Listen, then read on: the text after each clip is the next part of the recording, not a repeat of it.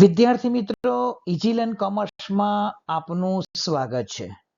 હું છું mister SG Vohra. તો આજે આપણે આજના વિડીયોમાં ધોરણ 12 ના વિદ્યાર્થીઓ માટે નામાના મૂળ તત્વોના વિષયમાં જે આપણું પ્રથમ ચેપ્ટર છે ભાગીદારીનો વિષય પ્રવેશ, જેનો આપણે બીજો ટોપિક આ બીજા વિડીયોમાં ચર્ચા કરીશું. જેમાં આપણે જોઈશું ભાગીદારી પેઢીના હિસાબો, એટલે કે ભાગીદારી પેઢીના ચોપડે જે જરૂરી ખાતાઓ તૈયાર કરવામાં આવે છે એ કેવી રીતે તૈયાર કરવા એનો થિયરિકલ પાર્ટ આજે આપણે સમજીશું. અને એના પછીના ભાગમાં એટલે કે પાર્ટ 3 માં આના અનુરૂપ ઘણા બધા આપણે નાના મોટા એવા દાખલાઓ પણ સમજીશું. તો ચલો આપણે સમજીએ ભાગીદારી પેઢીના હિસાબો. તો ભાગીદારી પેઢીના હિસાબો સમજતા પહેલા એક બાબતને આપણે સમજી લઈએ કે ભાગીદારો અને પેઢી વચ્ચે કેટલાક પ્રકારના વ્યવહારો થતા હોય છે. આ વ્યવહારોને આંતરિક વ્યવહારો તરીકે પણ ઓળખી શકાય. તો આ કેવા વ્યવહારો છે? જેમ કે મૂડી. ભાગીદાર પેઢીને મૂડી આપે છે. મૂડી પર વ્યાજ. ઉપાડ પર વ્યાજ. ભાગીદારને પગાર, કમિશન, મહેનતાણું વગેરે. તો આવા જે વ્યવહારો છે, આ બધા વ્યવહારો ભાગીદાર અને પેઢી વચ્ચેના વ્યવહારો છે. બરાબર છે? તો આ પ્રકારના વ્યવહારો નોંધવા માટે આપણે કેવી હિસાબી અસરો આપવાની છે, એ ભાગીદારી પેઢીના ચોપડે કેવી નોંધ કરીશું, કેવા હિસાબો રાખીશું, એ આજે આપણે સૈદ્ધાંતિક રીતે જોઈશું. ઓકે, એની સૈદ્ધાંતિક ચર્ચા કરીશું. તો ચલો સમજીએ. ભાગીદારો અને પેઢી વચ્ચેના વ્યવહારો જેમ કે મૂડી, ઉપાડ, મૂડી પર વ્યાજ, ઉપાડ પર વ્યાજ, ભાગીદારને પગાર, કમિશન, મહેનતાણું વગેરે વ્યવહારો નોંધવા માટે ભાગીદારી પેઢીના ચોપડે જરૂરી ખાતાઓ તૈયાર કરવામાં આવે છે. હવે આ ખાતાઓ તૈયાર કરવાના છે, એની આપણે સૈદ્ધાંતિક સમજૂતી મેળવવાની છે. ખાતાઓ તૈયાર કેવી રીતે કરવા એની, તો એની સરળ સમજૂતી કેવી રીતે મેળવવી, તો એના માટે હું એક જ વાક્ય કહીશ કે એક અલગ પક્ષકાર છે પેઢી અને બીજો અલગ પક્ષકાર છે ભાગીદાર. ફરી વખત આ વાક્ય બોલું છું, કારણ કે આ વ્યવહારો ભાગીદાર અને પેઢી વચ્ચે થાય છે, તો આ બંનેને અલગ અલગ પક્ષકાર તરીકે આપણે સમજીશું. તો એક બાજુ છે પેઢી અને બીજી બાજુ કોણ છે? ભાગીદાર. ચલો આપણે સમજીએ આ વ્યવહારોને. તો ભાગીદાર અને પેઢી વચ્ચેના વ્યવહારોની આપણે સરળ સમજૂતી એક કોષ્ટક દ્વારા સમજી લઈએ. તો એક બાજુ વ્યવહાર છે, એ વ્યવહાર પેઢી માટે શું બનશે અને એ વ્યવહાર ભાગીદાર માટે શું બનશે એ આપણે જોઈ લઈએ. તો પહેલું છે મૂડી. તો વિદ્યાર્થી મિત્રો, મારો તમને એક પ્રશ્ન છે, મૂડી કોણ કોને આપે? તો સ્વાભાવિક રીતે બધાને જ ખ્યાલ છે કે મૂડી ભાગીદાર પેઢીને આપે છે. ઓકે, તો ચલો આપણે જોઈએ. તો મૂડી ભાગીદાર પેઢીને આપે છે, એટલે કે પેઢી ભાગીદાર પાસેથી મૂડી મેળવે છે. ઓકે, ચલો. નંબર 2, ઉપાડ. તો ઉપાડ કોણ કરે છે? તો કે ભાગીદાર. ક્યાંથી કરે છે? તો કે પેઢીમાંથી. તો ઉપાડ કોણ કરે છે? ભાગીદાર. ક્યાંથી? પેઢીમાંથી. તો ઉપાડ ભાગીદાર પેઢી પાસેથી મેળવે છે. ચલો, ઓકે, આ મુદ્દાની સમજ પડી ગઈ. મૂડી ભાગીદાર પેઢીને આપે અને ઉપાડ ભાગીદાર પેઢી પાસેથી મેળવે. ઓકે, ચલો. હવે આના પરથી આપણે સમજીશું મૂડી પર વ્યાજ, કારણ કે આ જ ખાસ સમજવાનું છે આપણે. મૂડી પર વ્યાજ સમજવા માટે આપણે આગળ પાછી મૂડીની ચર્ચા કરીએ. મૂડી કોણ આપે છે? તો કે ભાગીદાર. કોને આપે છે? તો કે પેઢીને આપે છે. તો મૂડી પર વ્યાજ કોણ ચૂકવશે? તો કે સ્વાભાવિક છે, જે નાણાં વાપરે, જે નાણાંનો ઉપયોગ કરે એ વ્યાજ ચૂકવે. તો એ મૂડીના નાણાંનો ઉપયોગ કોણે કર્યો? તો કે પેઢીએ કર્યો. તો મૂડી પર વ્યાજ કોણ ચૂકવશે? પેઢી ચૂકવશે. કોને ચૂકવશે? ભાગીદારને. તો સ્વાભાવિક રીતે મૂડી પર વ્યાજ પેઢી ચૂકવે છે અને ભાગીદારને મળે છે. તો અહીં આપણે સમજીશું એ રીતે કે મૂડી પર વ્યાજ પેઢી માટે ખર્ચ છે અને ભાગીદાર માટે આવક છે.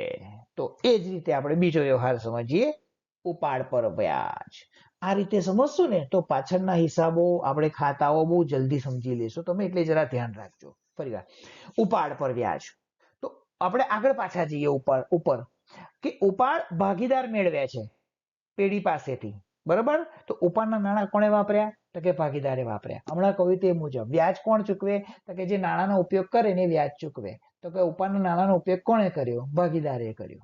ઉપાડ પર વ્યાજ કોણ ચૂકવશે? તો કે ભાગીદાર ચૂકવશે. સ્વાભાવિક છે. તો ભાગીદાર ચૂકવશે તો પેઢીને મળશે.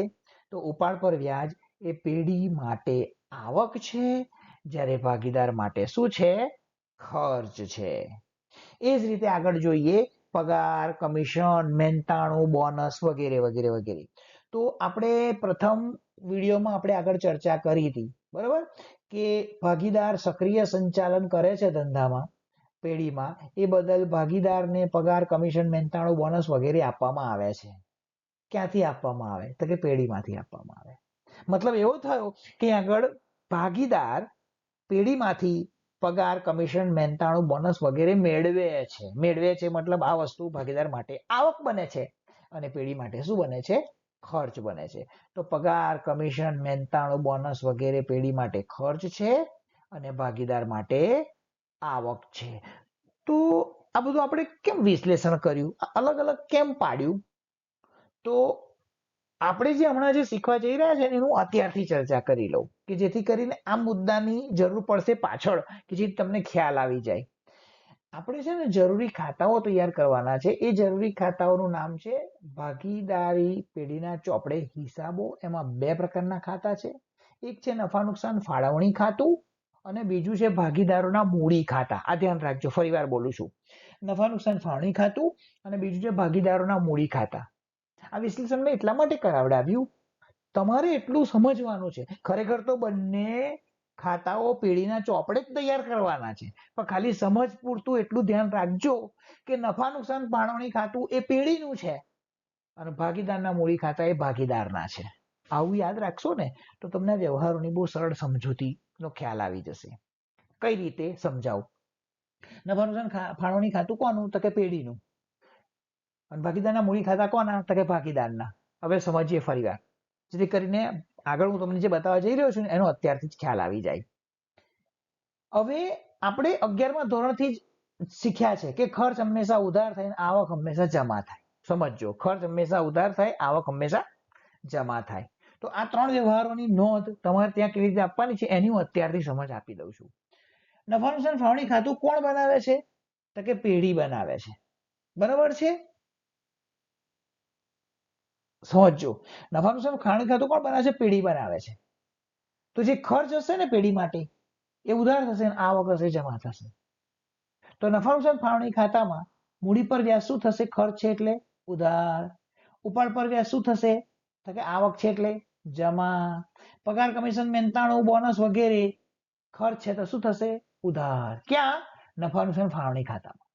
હવે આ બાજુ મૂડી ખાતાની જ્યારે વાત કરીએ ત્યારે મૂડી પર વ્યાજ એ ભાગીદાર માટે આવક છે. તો ત્યાં મતલબ કે ભાગીદારના મૂડી ખાતામાં શું બનશે?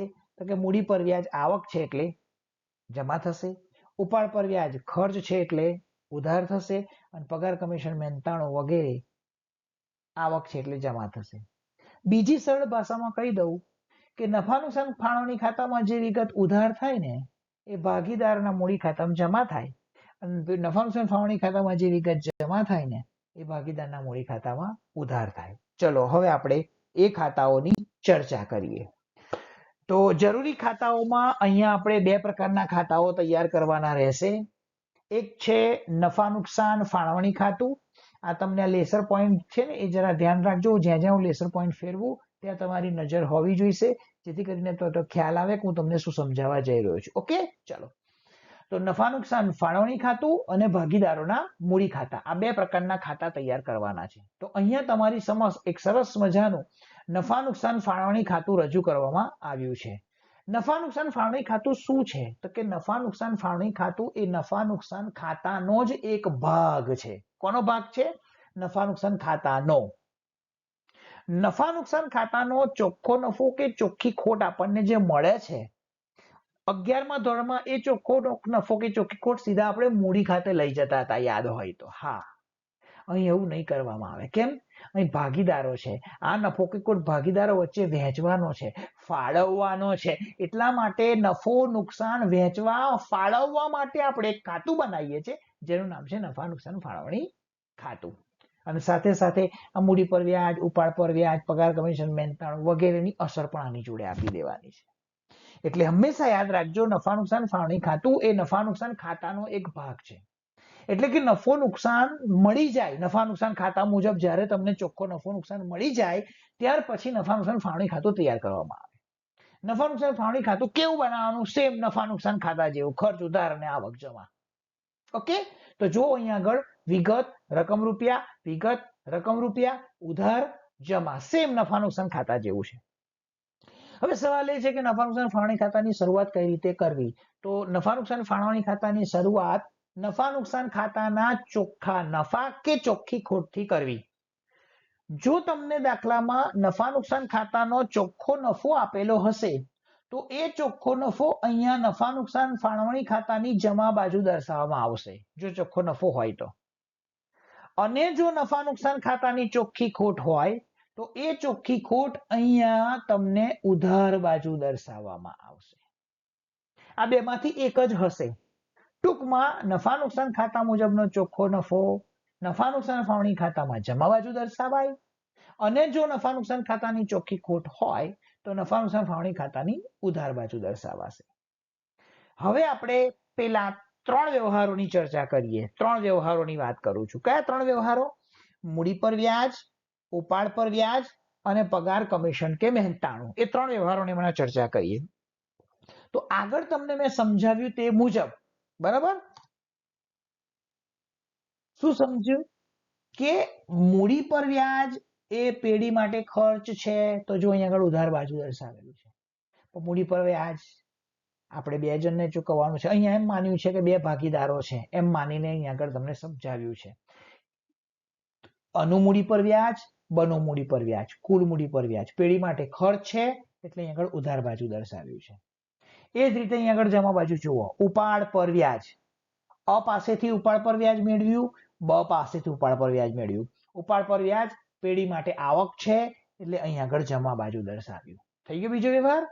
ત્રીજો વ્યવહાર પગાર, કમિશન, મહેનતાણું વગેરે. તો પગાર, કમિશન, મહેનતાણું પેઢી માટે ખર્ચ છે, એટલે એ નફા નુકસાન ફાળવણી ખાતાની કઈ બાજુ દર્શાવવામાં આવે છે? ઉધાર બાજુ દર્શાવવામાં આવે છે. બસ આટલા વ્યવહારો અહીંયા આગળ નોંધ થઈ જાય. યાદ રાખજો બીજી એક ખાસ, મૂડી અને ઉપાડ જે છે ને એની નોંધ નફા નુકસાન ફાળવણી ખાતામાં કરવામાં આવતી નથી, ખાસ યાદ રાખજો, બરોબર છે? એ મૂડી ખાતામાં થશે, અહીંયા આગળ નહીં થાય. ઓકે, ચલો ધ્યાન રાખજો ફરીવાર. હવે નફા નુકસાન ફાળવણી ખાતું તૈયાર થઈ ગયું. નફા નુકસાન ફાળવણી ખાતું તૈયાર કરતા જો તેનો જમા બાજુનો સરવાળો વધારે હશે તો એ જમા બાજુનો સરવાળો ઉધાર બાજુ લાવી અને ખૂટતી રકમ આપણે ઉધાર બાજુ મળશે. આ જે ખૂટતી રકમ ઉધાર બાજુ મળશે જેને આપણે વહેંચણી પાત્ર નફા તરીકે ઓળખવામાં આવશે, જે ભાગીદારોના મૂડી ખાતે કે ચાલુ ખાતે લઈ જવામાં આવશે.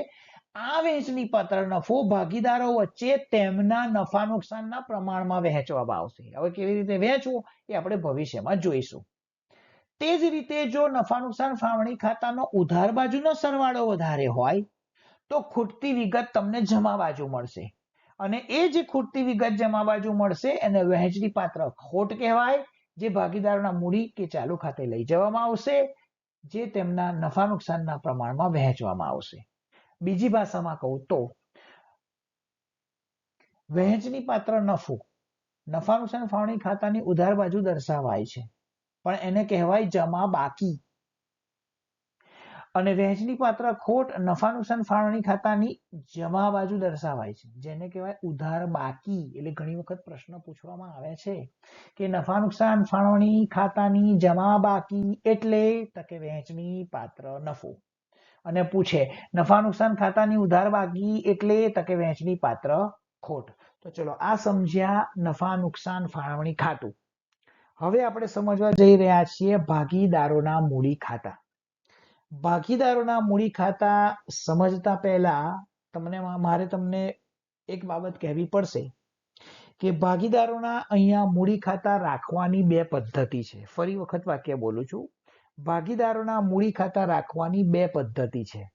એક અસ્થિર મૂડી ખાતાની પદ્ધતિ અને બીજું છે સ્થિર મૂડી ખાતાની પદ્ધતિ. હવે આ સ્થિર મૂડી ખાતા અને સ્થિર મૂડી ખાતા શું છે? તો પેઢી અને ભાગીદાર વચ્ચેના જે પેલા વ્યવહારો ખરા આપણે જોયા, મેં હમણાં આગળ ચર્ચા કરી તે મુજબ મૂડી પર વ્યાજ, ઉપાડ પર વ્યાજ, પગાર, કમિશન, મહેનતાણું વગેરે બધા જ વ્યવહારો નોંધવા માટે અહીંયા ફક્ત એક જ ખાતું બનાવવામાં આવે છે, ભાગીદારોના મૂડી ખાતા. એટલે અહીં આગળ શું થાય, અહીં આગળ બધા વ્યવહારોની નોંધ કરવામાં આવે તો અહીંયા ભાગીદારોના મૂડી ખાતાની શરૂની બાકી અને આખરની બાકીમાં શું જોવા મળે? તફાવત.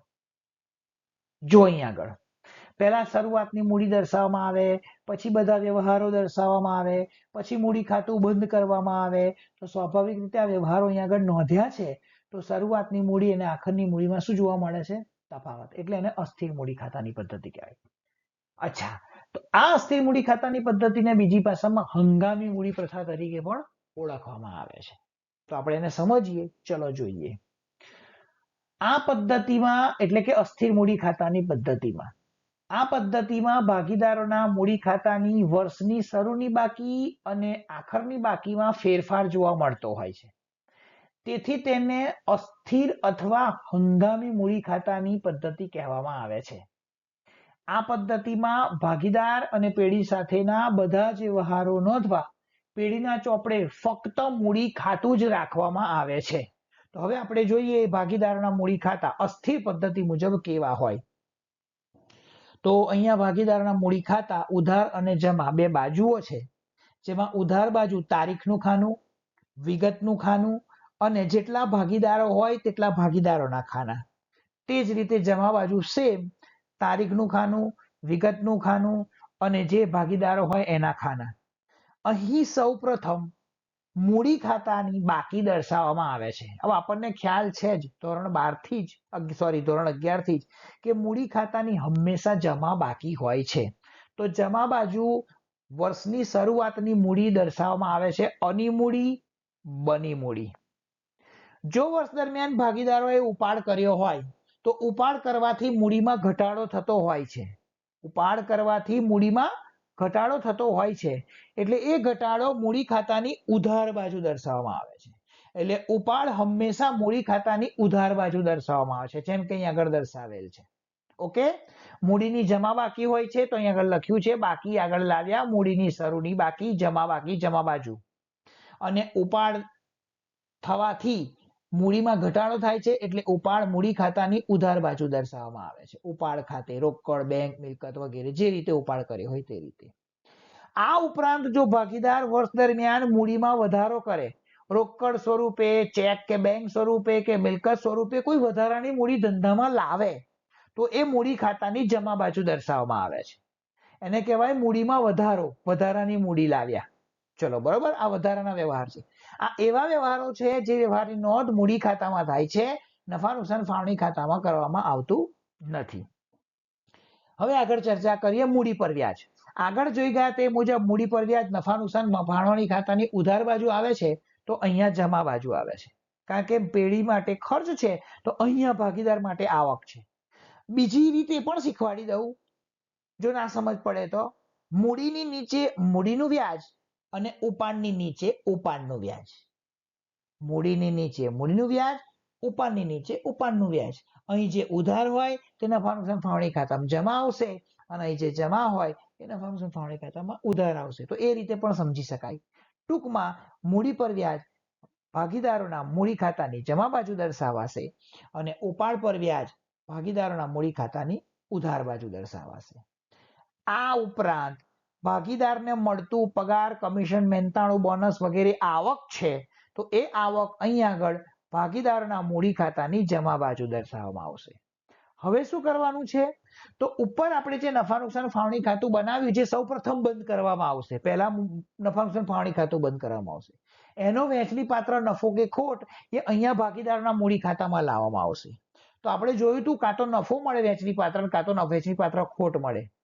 તો જો નફા નુકસાન ફાળવણી ખાતાની ઉધાર બાજુ વહેંચણી પાત્ર નફો મળે તો એ અહીં આગળ જમા બાજુ આવશે. નફા નુકસાન ફાળવણી ખાતામાંથી લાવવાનો વહેંચણી પાત્ર નફો અહીં જમા, ત્યાં ઉધાર તો અહીંયા જમા. તે જ રીતે નફા નુકસાન ફાળવણી ખાતાની જમા બાજુ જો વહેંચણી પાત્ર ખોટ મળે તો એ ખોટ અહીં આગળ નફા નુકસાન ફાળવણી ખાતાની મૂડી ખાતાની ઉધાર બાજુ લાવવામાં આવશે. ક્લિયર? હવે આપણા મોટા ભાગના વ્યવહારો પૂરા થઈ ગયા છે. તો હવે શું કરીશું, મૂડીની હંમેશા જમા બાકી છે એમ માનીને અ અને બ જે છે એની મૂડી ખાતાનો જમા બાજુનો સરવાળો કરીશું. એ વધારે જ હશે. જે સરવાળો ઉધાર બાજુ લાવીશું અને ઉધાર બાજુ જે ખૂટતી રકમ છે જેને મૂડીની આખર બાકી કહીશું, એટલે કે બાકી આગળ લઈ ગયા, મૂડીની આખર બાકી, જમા બાકી. તો આ પદ્ધતિનું નામ છે અસ્થિર મૂડી ખાતાની પદ્ધતિ, જેમાં ફક્ત ભાગીદારોનું મૂડી ખાતું તૈયાર કરવામાં આવે છે. બરાબર છે? જેમાં ભાગીદાર અને પેઢી વચ્ચેના તમામ વ્યવહારોની નોંધ આપવામાં આવે છે. મૂડી ઉપાડ ઉપરાંત મૂડી પર વ્યાજ, ઉપાડ પર વ્યાજ, નફો, ખોટ, પગાર, કમિશન, મહેનતાણું બધું જ અહીંયા આગળ દર્શાવવામાં આવે છે. એટલે અહીં આગળ તમને મૂડી ખાતાની સરળની નાખરની બાકીમાં તફાવત જોવા મળશે, એટલે એને આપણે અસ્થિર મૂડી ખાતાની પદ્ધતિ તરીકે ઓળખીએ છીએ. હવે બીજી પદ્ધતિ છે જેનું નામ છે કાયમી મૂડી પ્રથા કે સ્થિર મૂડી ખાતાની પદ્ધતિ. સ્થિર મૂડી ખાતાની પદ્ધતિમાં મૂડીને સ્થિર રાખવાની છે. હવે સ્થિર ક્યારે રહે? તો કે મૂડી સિવાય કોઈ વ્યવહારો અહીંયા ના નોંધીએ ત્યારે. હવે મૂડી સિવાયના કોઈ વ્યવહારો ના નોંધીએ ત્યારે મતલબ કે જે ઉપાડ છે, ઉપાડ પર વ્યાજ છે, પગાર, કમિશન, મહેનતાણું છે, બધું જ અહીં નહીં લખવાનું. એના માટે એક અલગ ખાતું બનાવવાનું, ચાલુ ખાતું બનાવવાનું. સિમ્પલ ભાષામાં કહીએ તો. એટલે અહીં આગળ શું થશે? જો મૂડીને સ્થિર રાખવી હોય તો ક્યારે સ્થિર રહે? તો કે મૂડી સિવાયના કોઈ વ્યવહાર અહીંયા આગળ ના નોંધીએ તો મૂડી સ્થિર રહે. બરાબર છે? તો એ વ્યવહારો નોંધવા આપણે બીજું અલગ ખાતું બનાવવું પડે, જેને આપણે ચાલુ ખાતું કહીશું. ટૂંકમાં સ્થિર મૂડી ખાતાની પદ્ધતિમાં બે ખાતા બનાવવામાં આવે છે. એક મૂડી ખાતા અને બીજું છે ચાલુ ખાતા. તો એને આપણે સમજી લઈએ. જો અહીંયા આગળ લખ્યું છે એ પ્રમાણે. બ સ્થિર મૂડી ખાતાની પદ્ધતિ, કાયમી મૂડી પ્રથા. આ પદ્ધતિમાં સામાન્ય રીતે મૂડી ખાતાની વર્ષની શરૂની બાકી અને આખરની બાકીમાં ફેરફાર જોવા મળતો નથી. તેથી તેને સ્થિર કે કાયમી મૂડી ખાતાની પદ્ધતિ કહેવામાં આવે છે. આ પદ્ધતિમાં ભાગીદારો અને પેઢી સાથેના બધા જ વ્યવહારો જે આગળ જોઈ ગયા તે મુજબ એ નોંધવા માટે પેઢીના ચોપડે બે ખાતા તૈયાર કરવામાં આવે છે. ખાતા નંબર 1 ભાગીદારોના મૂડી ખાતા, જેમાં ફક્ત ભાગીદારોની મૂડી અંગેના જ વ્યવહારો નોંધવાના, બીજું કશું નોંધવાનું નહીં. અને બીજું છે ભાગીદારોના ચાલુ ખાતા, જેમાં ભાગીદારો અને પેઢી સાથેના અન્ય તમામ વ્યવહારો નોંધવાના. કયા અન્ય તમામ વ્યવહારો? જેમ કે ભાગીદારોનો ઉપાડ છે, ઉપાડ પર વ્યાજ છે, મૂડી પર વ્યાજ છે, ભાગીદારોનો પગાર, કમિશન, મહેનતાણું વગેરે. આ ઉપરાંત વહેંચણી પાત્ર નફો ખોટ આવે ને એ પણ ચાલુ ખાતામાં લખવાનું. ટૂંકમાં સ્થિર મૂડી ખાતાની પદ્ધતિમાં જ્યારે તમે મૂડી ખાતું બનાવો ને ત્યારે મૂડી સિવાયનો કોઈ વ્યવહાર આવવો જોઈએ નહીં. મૂડીની શરૂની બાકી, વધારાની મૂડી લાવ્યા લઈ ગયા વગેરે, બીજું કંઈ જ નહીં. તો જોઈએ પહેલું ખાતું ભાગીદારોના મૂડી ખાતા, સ્થિર પદ્ધતિ. ઉધાર, જમા એ જ રીતે બનશે. ઉધાર બાજુ તારીખ, વિગત, અનામનો ભાગીદાર, બનામનો ભાગીદાર. જમા બાજુ તારીખ, વિગત, અનામનો ભાગીદાર, બનામનો ભાગીદાર. હવે આગળ શું નોંધવામાં આવશે? ફક્ત આટલું, આટલું અને આટલું જ. બાકી આગળ લાવ્યા, મૂડીની શરૂની બાકી જમા બાજુ. જો વર્ષ દરમિયાન મૂડીમાં વધારો કરવામાં આવ્યો હોય, કોઈ ભાગીદાર વધારાની મૂડી ધંધામાં લાવ્યા હોય તો તે જમા બાજુ. અને વર્ષ દરમિયાન મૂડી ઘરે લઈ ગયા હોય, મૂડી સ્વરૂપે કોઈ રકમ, કોઈ બેંક મિલકત લઈ ગયા હોય તો એ ઉધાર બાજુ. હવે જમા બાજુનો સરવાળો કરવાનો, ઉધાર બાજુની વિગતો બાદ કરવાની, એટલે ઉધાર બાજુ જે મળે એ બાકી આગળ લઈ ગયા મળે. બીજી એક બાબત કહી દઉં તમને અહીંયા આગળ, દર વર્ષે મૂડીમાં વધારો કે ઘટાડો હોતો નથી. એટલે આપણે એમ માની લઈએ કે જો વર્ષ દરમિયાન ભાગીદાર વધારાની મૂડી લાવતો કે લઈ જતો ન હોય તો અહીંયા શરૂની મૂડી અને આખરની મૂડી સરખી જ જોવા મળે. એટલે અહીંયા સ્થિર મૂડી ખાતાની પદ્ધતિ એવું નામ આપવામાં આવ્યું છે. બીજું તમે અહીંયા આગળ એ પણ જોઈ શકો છો, અહીંયા ઉપાડ દર્શાવેલ નથી, ઉપાડ પર વ્યાજ દર્શાવેલ નથી, મૂડી પર વ્યાજ દર્શાવેલ નથી, પગાર, કમિશન, મહેનતાણું, વહેંચણી પાત્ર નફો ખોટ દર્શાવેલ નથી. એ દર્શાવવા માટે આપણે અલગથી બનાવીશું ભાગીદારોના ચાલુ ખાતા. એટલે યાદ રાખવાનું છે, સ્થિર મૂડી ખાતાની પદ્ધતિમાં ભાગીદારના મૂડી ખાતા ઉપરાંત ભાગીદારોના ચાલુ ખાતા તૈયાર કરવામાં આવે છે. અને પેલા બધા વ્યવહારો મતલબ કે ઉપાડ પર વ્યાજ, મૂડી પર વ્યાજ, પગાર, કમિશન, મહેનતાણું, વહેંચણી પાત્ર નફો ખોટ એ ચાલુ ખાતામાં દર્શાવો. તો આપણે જોઈએ, ચલો ભાગીદારોના ચાલુ ખાતા કેવી રીતે બનાવવા? સેમ મૂડી ખાતાની જેમ જ. હવે જ્યારે ચાલુ ખાતા આવશે ને ભાગીદારોના, તો ચાલુ ખાતાની બાકી પણ આવશે. આ ચાલુ ખાતા શું છે? ભાગીદાર અને પેઢી વચ્ચેની લેવડ દેવડ દર્શાવતા ખાતા છે. એટલે ઘણીવાર એવું પણ બની શકે કે ભાગીદારે પેઢી પાસેથી કંઈક લેવાનું હોય બાકી, જો આ ખાતું એવી રીતે દર્શાવતું હોય તો. મતલબ કે જો આ ખાતામાં એવું દર્શાવવામાં આવતું હોય કે ભાગીદારે પેઢી પાસેથી કંઈક લેવાનું છે, તો આ ખાતાની જમા બાકી હોય. અને જો ભાગીદારે પેઢીને કંઈક આપવાનું બાકી રહી જતું હોય તો આ ખાતું ઉધાર બાકી દર્શાવે. મતલબ આ ખાતું જમા બાકી હોય ને તો એવું સમજવાનું કે પેઢી પાસેથી ભાગીદારે લેવાના છે. અને આ ખાતું જો ઉધાર બાકી દર્શાવતું હોય તો એનો મતલબ કે ભાગીદારે પેઢીને કંઈક આપવાનું છે. એનો અર્થ એવો થયો કે ભાગીદારોના ચાલુ ખાતાની ઉધાર બાકી પણ હોઈ શકે અને જમા બાકી પણ હોઈ શકે, પણ મૂડી ખાતાની તો હંમેશા જમા બાકી જ હોય છે. એટલે અહીં આગળ પહેલા સમજી લઈએ કે જો ભાગીદારોના ચાલુ ખાતાની ઉધાર બાકી હોય તો શરૂઆતની ઉધાર બાકી ઉધાર બાજુ બાકી આગળ લાવ્યા તરીકે દર્શાવવામાં આવે છે. તે જ રીતે જો ભાગીદારોના ચાલુ ખાતાની જમા બાકી હોય તો એ જમા બાકી એમના ચાલુ ખાતાની અહીં આગળ જમા બાજુ દર્શાવવામાં આવે છે. આ સમજી લેજો. હવે કયા કયા વ્યવહારો? મૂડી પર વ્યાજ તો ભાગીદારને મળે એટલે અહીં આગળ જમા બાજુ. ઉપાડ ઉધાર બાજુ જોઈ શકો છો. ઉપાડ પર વ્યાજ તો કે ઉધાર બાજુ જોઈ શકો છો. આ આગળ જે મૂડી ખાતામાં બતાવ્યું હતું તે જ બાજુ, તે જ રીતે. નફા નુકસાન ફાળવણી ખાતે વહેંચણી પાત્ર નફો જમા બાજુ. નફા નુકસાન ફાળવણી ખાતે વહેંચણી પાત્ર ખોટ તો કે ઉધાર બાજુ જોઈ શકો છો. જોઈ શકો છો? હા. હવે તમે વિચારતા હશો કે સર બે વિગતો તમે અહીં આગળ અમને કહી જ ના, જે તમને દેખાઈ રહી છે. હા, સાચી વાત છે. એ હમણાં એટલા માટે નથી કહી કે પહેલા તમે આગળનું સમજી લો પછી નવું સમજીએ. એ નવું શું છે? તો આ રહ્યું ચાલુ ખાતાની જમા બાકી પરનું વ્યાજ, જમા બાજુ દર્શાવ્યું છે. અને અહીં છે ચાલુ ખાતાની ઉધાર બાકી પરનું વ્યાજ. યાદ રાખજો, જો વિદ્યાર્થી મિત્રો જે ભાગીદારની ચાલુ ખાતાની શરૂઆતની જમા બાકી હોય તો એ જમા બાકીનું વ્યાજ પણ અહીં આગળ દર્શાવવામાં આવે છે. જો જણાવવામાં આવ્યું હોય તો એનું વ્યાજ ગણવું પડે. અહીં જમા આવે તો નફા નુકસાન ફાળવણી ખાતામાં ઉધાર આવે. અને એવી જ રીતે શરૂઆતની ચાલુ ખાતાની ઉધાર બાકીનું વ્યાજ અહીં આગળ ઉધાર બાજુ દર્શાવવામાં આવશે અને ત્યાં નફા નુકસાન ફાળવણી ખાતાની જમા બાજુ દર્શાવવામાં આવશે. હવે જે રીતે મૂડી ખાતા બંધ કરવામાં આવે છે એ જ રીતે અહીં આગળ ચાલુ ખાતા બંધ કરવામાં આવે છે. પણ ચાલુ ખાતા બંધ કરતી વખતે એક બાબત ખાસ ધ્યાનમાં રાખવી. જો ચાલુ ખાતાનો જમા બાજુનો સરવાળો વધારે હોય તો ઉધાર બાજુ જે ખૂટતી રકમ આવશે એને ચાલુ ખાતાની આખરની જમા બાકી કહેવામાં આવશે. અને તે જ રીતે જો ચાલુ ખાતાનો ઉધાર બાજુનો સરવાળો વધારે હશે તો ચાલુ ખાતાની આખરની જે ખૂટતી રકમ જમા બાજુ હશે એને ચાલુ ખાતાની આખરની ઉધાર બાકી તરીકે ઓળખવામાં આવશે. હવે આ બાબત તમે સૈદ્ધાંતિક રીતે સમજ્યા. વધુ સારી રીતે સમજવા માટે હવે આપણે જ્યારે ત્રીજા વિભાગમાં જે ત્રીજો વિડીયો રજૂ કરીશું, ત્રીજો વિભાગ રજૂ કરીશું, એમાં એક સરસ મજાનો સરળ દાખલો લઈશું જેથી કરીને તમને વધારે સમજ પડશે. ફરી એક ચોથા વિડીયોમાં એક બીજો સરળ દાખલો લઈશું જેમાં તમને વધુ સમજ પડશે. ઓકે, તો વિદ્યાર્થી મિત્રો આ સૈદ્ધાંતિક સમજૂતી અહીંયા પૂરી થાય છે. હવે ત્રીજા વિડીયોથી આપણે એના વ્યવહારિક દાખલાઓની આપણે સમજ કેળવવાની છે.